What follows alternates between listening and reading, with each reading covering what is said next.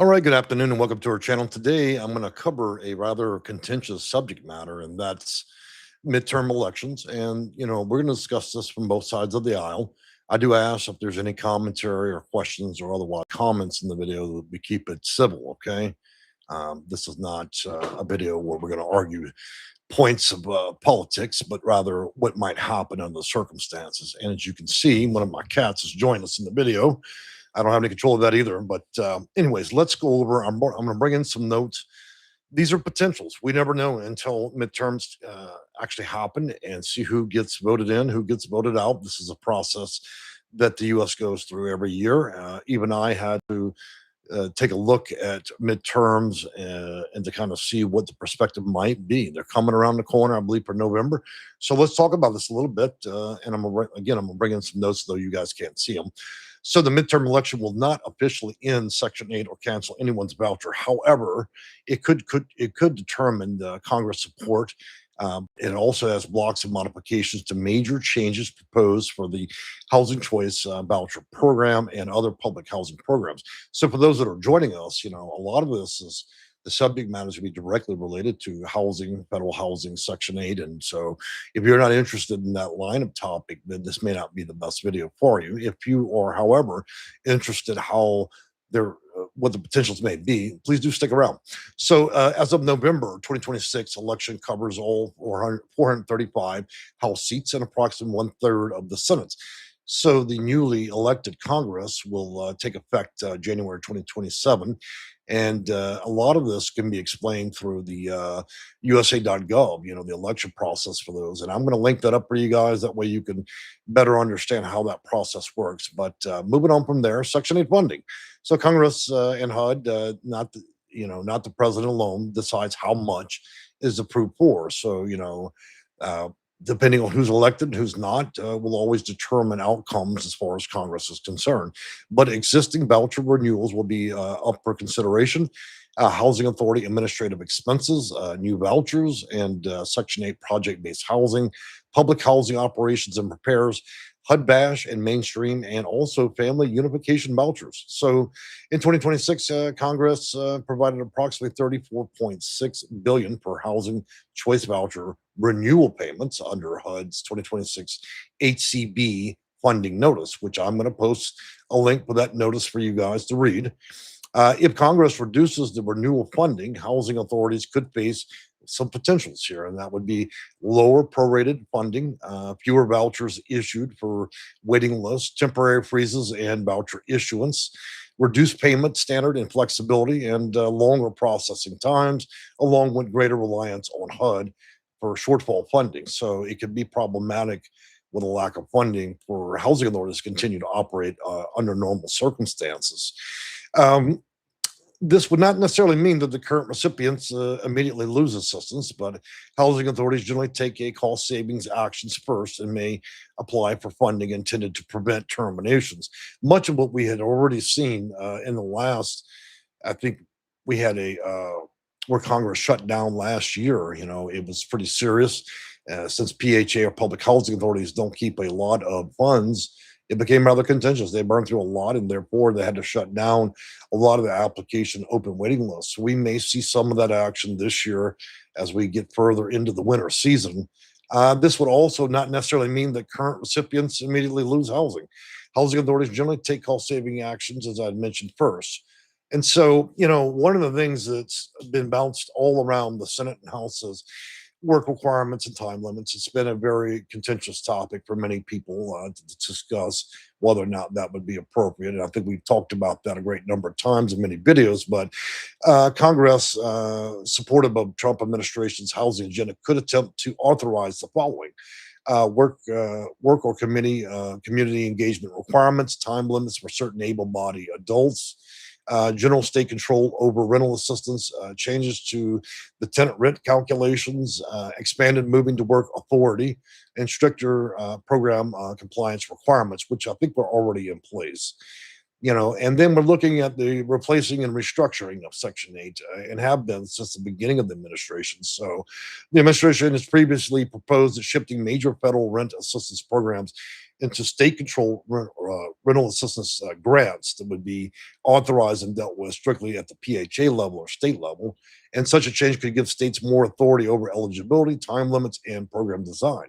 So if the feds are not going to regulate it, they may step it down to PHAs and those that have subsidized or low income properties and give them a limited form of authorization to be able to enact those simple actions. So HUD's earlier budget and documents acknowledge that replacing the existing programs would require authorization from legislation from Congress, and that the current FY 2027 HUD budget material still lists separate tenant-based rental assistance and public housing and project-based assistance counts.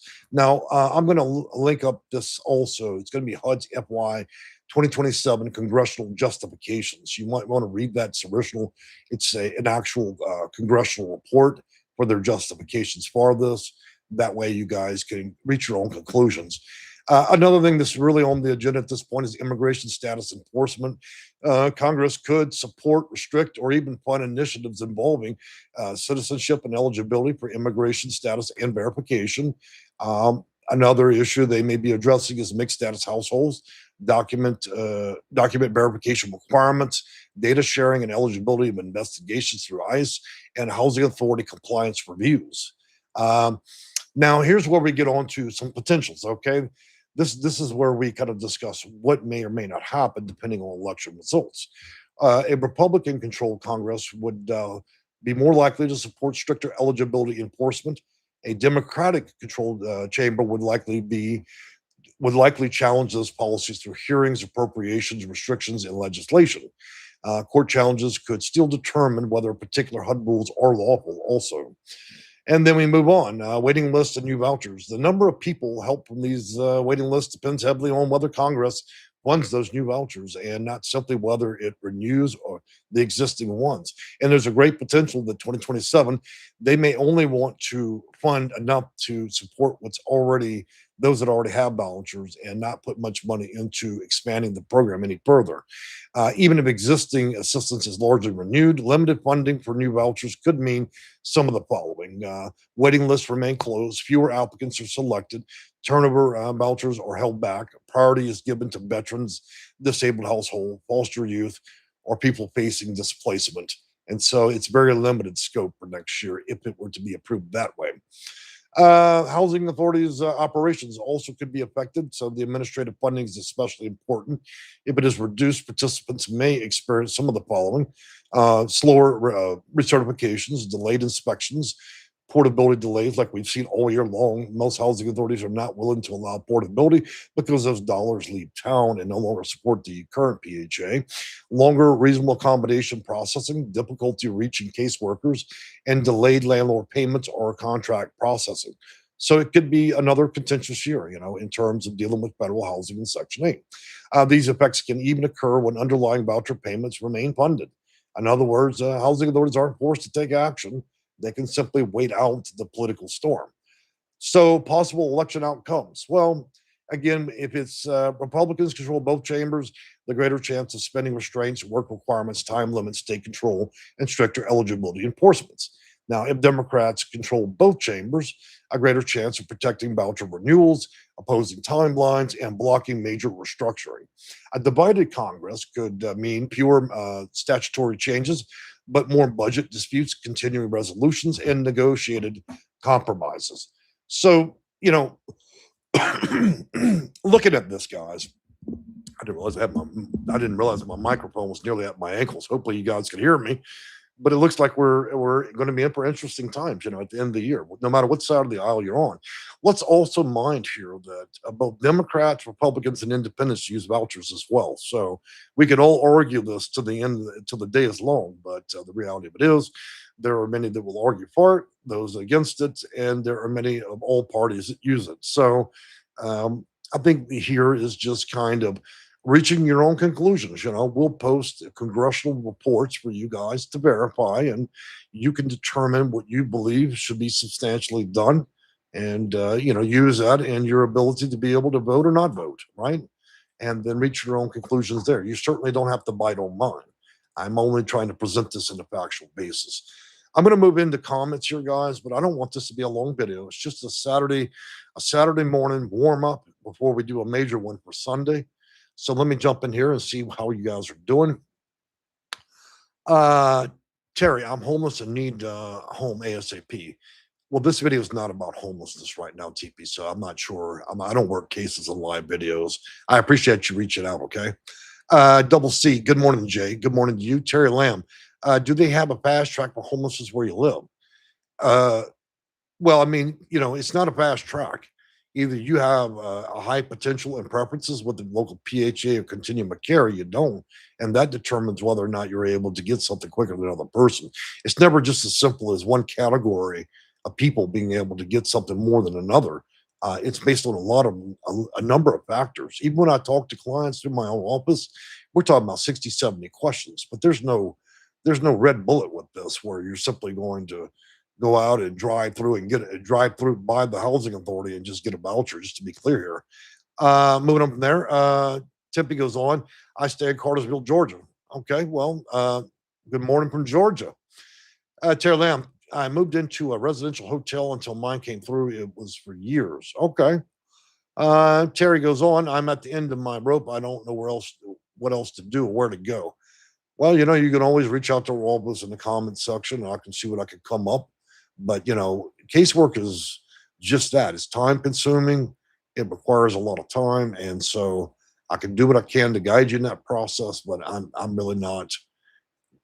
My company is no longer designed a way to do casework for people. Okay, that's why I try to make the videos as I have for the last 17 years to help better deal with their own cases.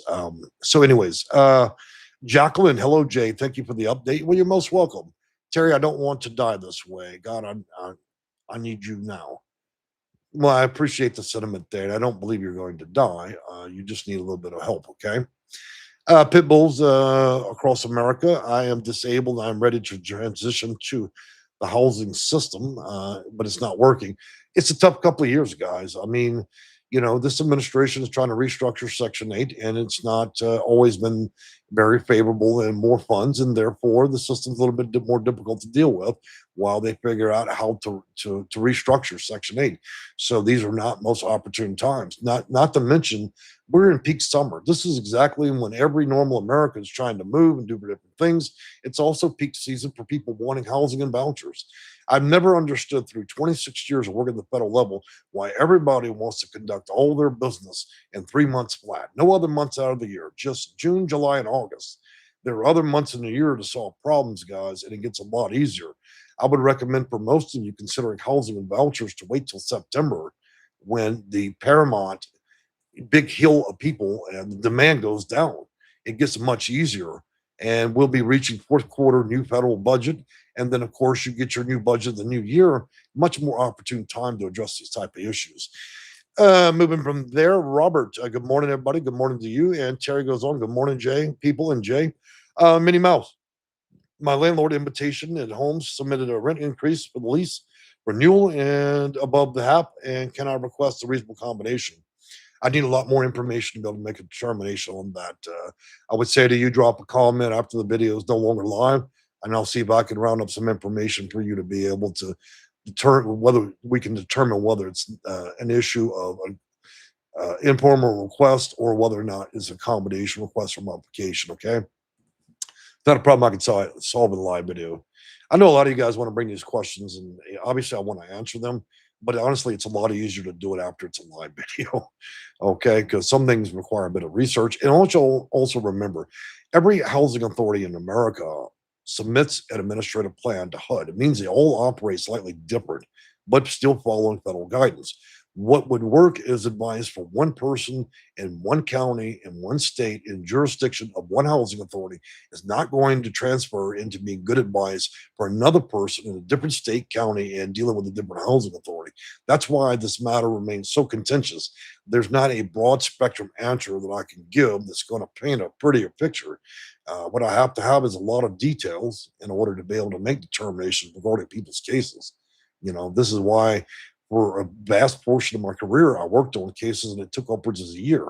The very little that my company offers these days is about 6 weeks, of casework, and at cost. I don't have federal grants. I'm not working for free, just like nobody here is going to work for free. And so my advice is, first address it in the comment section of the video, and I'll give you as much as I can. If that isn't sufficient, then you probably want to book an appointment with a professional. It could be my office or any other that's qualified to do so that can work with you on your case. Okay. Moving on from there, it looks like we're at the end of the comments. So I didn't expect this to be a wildly popular video because it's not trending on Google and all that. But I wanted us to have a little bit of reasonable expectation of midterms. And of course, we're all closely watching that for November because whoever controls the House, whoever controls Congress, these are the people that will make your decisions. Your votes matter. And in the end, as I mentioned before, both Republicans, Democrats, and independents use vouchers. So careful in your arguments here. And again, keep it simple, guys. There's no reason to de-evolve into profanities and craziness. Though I do use a few profanities in my video. We've had a rather contentious group recently. I had to put out about 13 people for bad behavior. It's just not necessary. We're only sharing a concept and an idea based on federal materials. We don't have to get out there with rocks and sticks and beat each other to death over it. Yes, some people want this, some people don't. That's how life goes. We can say that for every material fact in this country. America's never going to agree on one thing solidly, ever. Till the end of time, we'll always be split. That's how this nation works. That's why we have all these parties. So you don't have to tear up the house, smash all your good china, and get pissed off about it. I mean, we're just we're just here to discuss what the potentials are, not to have a psychiatric moment over it. So I caution you guys, don't let politics run your life. There's much better things out there you can do, like pet your cat and dog, go out to the park, enjoy your life, and quit sucking on the news. Though I'm giving it right. Moving on there, Terry. Exactly, Terry Tippy. What answers can you give me, please? Okay, first of all, I don't work for you, Terry. I appreciate you asking these questions, but honestly, I don't work for you. Okay, people make all kinds of demands in my channel. I'm here to educate. Uh, you know, I'm I do what I can for people. That's why there's like 2,000 videos. I'm not trying to be rude, but honestly, I don't work for you or anybody else. I work for me. Moving on there, Jackie, I'm glad they're changing the laws. People stay on the program as if they're buying these units. I don't understand how the law allows folks 2 or 3 bedrooms. Moving on from there, just Chris, I'll be losing Section 8 when they force digital ID and a cashless society. Well, that's, the future's probably more than all of us expect together. We now have AI, we have quantum computers, we have robotics that are being rolled out. So, you can either join the party or be left behind. That's how it goes. I laughed at my grandmother when computers came around and couldn't get her to cooperate. And so as we all age ourselves, we may be the ones being laughed at because we don't keep up with the times. Moving on there, Terry Lamb, excellent input from you. I appreciate that. Bola, it is very generous of you to share your experience and expertise here without charge. That's the main thing, Guy, that I've been trying to express. As we get closer to the end of the year, I'm making a decision to close Section 8 Consulting as a company and just offer the information on YouTube without cost. You know, it's a lot easier for me that way. I've done this 26 years. I'm not going to do this till I die or retire. You know, when you suck in everybody's problems for a quarter of a century, it's not a fun thing. It's like being a psychiatrist without a solution, right?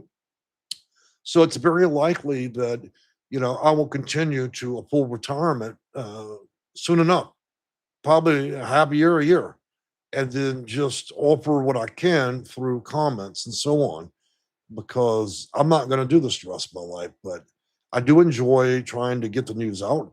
And you know what, guys? Most of you don't realize I spent 4 hours yesterday answering 1,000 comments. I didn't have to do that in fine detail at that, trying to help people. Did I ask anybody for anything? No, I did not. Did anybody spend one copper penny to have me answer those 1,000 comments? Not a single person paid me anything. So I always ask is just remain respectful in this nature. You want my help? I'll offer it best I can in the comments section. But you're not going to turn it into a job for me. If you want to turn it into a job, it's easy. www.section8consulting.com. Whip out the master charge, and I'll work for you. Otherwise, these videos by large represent what you're going to need. I made enough of them, right? About 2,000 videos. And so a lot of people have been able to use them, and many have gone on to great result. But I mean, if I got to get on the phone with you, then no, I'm not going to kill my time. You're not my grandchild, so why the hell would I want to get on the phone and talk for free for hours and hear your problems? It's easy. We can solve them here in the video in the comments section or whip out the master charge. Simple as that. I'm not working for free. I'm not a church. I'm not a nonprofit. I'm not going to do it. I'm just setting some rules because some people live in a fantasy, and I'm not going to become part of that fantasy. So, anyways, back to the video and off of my rant today, my Saturday morning rant. But honestly, after answering more than 1,000 questions, I'm offering more than a fair or reasonable opportunity to help many individuals. I don't need to do this 20 hours a day. And honestly, that was exhausting. I don't know that I want to do that again. Four flipping hours, a comment answering, page-long answers to resolve problems. It's very difficult. Nobody nobody understands just how much time I spend trying to help you guys through the comments. And for those that want to, others want to argue it. So I have to argue back, right? So depend and honor. So, anyways, moving on there, Jackie. Thank you for all that. Tupac watching. Thank you very much. Tony Williams, I enjoyed the data. Good. So tomorrow, man, we're gonna have a spicy one. We might get down like South Baton Rouge in a trailer park in that video. But we're gonna have a little fun Sunday. It will be with some decorum the first 10 minutes. But if you're a grown adult and you don't want to hear it, it's easy. After about 10 minutes, click off because we're gonna switch topics and then we're gonna discuss things in a real. And that's because I want to be able to service all America, whether you're in a trailer park, the hood, you broke down, busted up, whatever it may be, or maybe you're the upper middle class. Maybe you got something to argue back. That'd be a great video to join because it'll come with humor, commentary, and we put it out there in the street for a little bit of everybody. I don't just serve proper people. I'm here to serve America, and so not everything's going to afford us good decorum. So if you're looking for a little spicy, come on back Sunday around 11 a.m. Central Standard Time, and we'll have a little fun. Anyways, I've enjoyed talking with you guys. Enjoy your Saturday. Hopefully, you can use this information. Give me about 15 minutes. I'm going to post up the notes for you guys, re-review it, use the linkage to the government websites. You can confirm the information directly. These are not from news articles, Google, or AI. The information is strictly contained within Congress, the House, and also the White House. Okay, so I don't perform circus tricks and I don't put up nonsense. All the facts and details can be verified. That is the purpose of putting that. And you may reach your own conclusions, whether you agree with the Congress, the House, or even the president. Okay. Enjoy your day. We'll be back Sunday, 11 a.m. Central Standard Time.